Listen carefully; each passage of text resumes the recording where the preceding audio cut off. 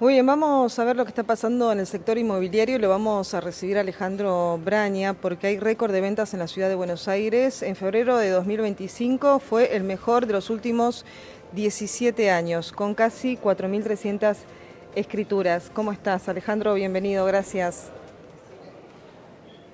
¿Qué tal, Liliana? Buenas tardes. No, al contrario, gracias a vos como siempre por el espacio. Sí, tal cual lo decís. Como cuando se lo pasaba Ujú. el dato a Adrián de la producción, me decía, pero esto ya lo hablamos el viernes pasado, porque el viernes pasado dimos el dato de las escrituras de la provincia de Buenos Aires, también Claro. de febrero, que brindó el informe el Colegio de Escribanos de la provincia, Ujú. y pasó exactamente lo mismo. O sea, fue el mejor febrero desde 2008.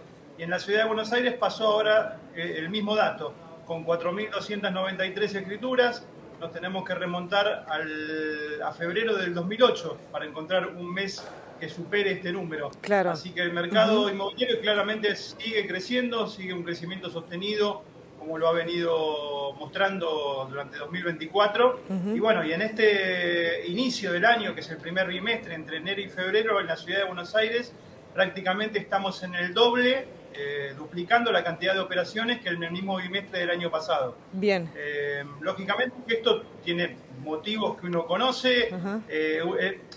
Resulta como un facilismo a veces cifrar todo en el crédito, porque el crédito apareció, por suerte, pero no viene significando tanto como lo significaba en aquella primera época de los créditos UBA, allá por 2016-2017. Por eso este mes de febrero incluso superó aquellos años en cantidad cuando en aquel momento la incidencia de las hipotecas de los créditos sobre la cantidad de operaciones era el 48% y ahora es la mitad, es el 24%.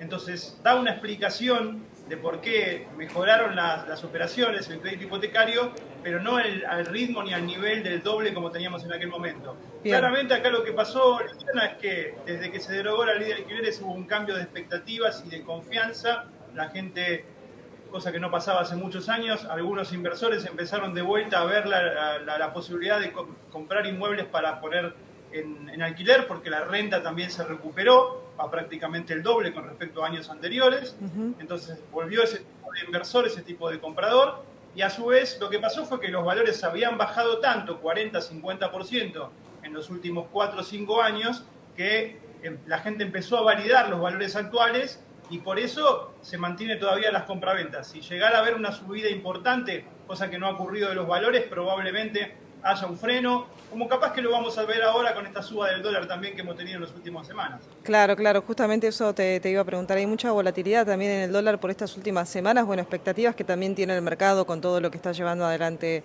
el gobierno con las negociaciones. Igual, de todas formas, hubo un amesetamiento en los precios entonces, Alejandro. Esto dio también más previsibilidad al inversor después de 17 años, que es bastante tiempo, ¿no? Seguro, ni hablar. No, aparte, Liliana, lo que hablamos en alguna oportunidad en este mismo espacio, la construcción Ujú. desde octubre del 2023 aumentó más del 100%. Y si nos vamos a 2 años, prácticamente se triplicó el costo de construcción. Y las propiedades Claro. aumentaron el año pasado menos de un 5%. Con lo cual no se pudo llevar prácticamente nada. Normalmente el valor de una propiedad tiene que ver mucho con los costos de construcción, Ujú. claramente. Entonces, tendría que haberse volcado, subido mucho más los valores. Sin embargo, el mercado hoy por hoy se está moviendo porque se mantiene todavía los valores de los últimos años. Si llegara a ver, como a veces han vaticinado, una subida del 30 o 40% en los valores, cosa que no se ha producido, claramente esto va a tener un freno. Y Claro. lamentablemente esta suba del dólar probablemente perjudique a algunas operaciones que se venían manejando y llevando a cabo con crédito, porque esto varía, esta volatilidad que vos decías recién, les cambia mucho los números al tomador del crédito. Ujú. Un cambio de 100 pesos por cada dólar, cuando vos querés ir a comprar con los pesos que te dan, los dólares que necesitabas, hace que vos necesites, para una operación de $100.000, entre $8.000 y $10.000 más. Y la gente no tiene esa plata. Imagínate Claro, que es un claro. montón de dinero, es mucho más que hasta los gastos completos de la operación. Ujú. Con lo cual esta situación se complica. Por suerte no venía pasando, al contrario, el dólar hubo operaciones que vos iniciabas la operación en 1.500 el tipo de cambio y la cerrabas en 1.200 o 1.300, con lo cual eso al revés, favorecía al tomador. Ahora habrá que ver qué pasa porque hay carpetas que seguramente se van a trabar un poco cuando hagan el número fino de esa diferencia que tienen que disponer.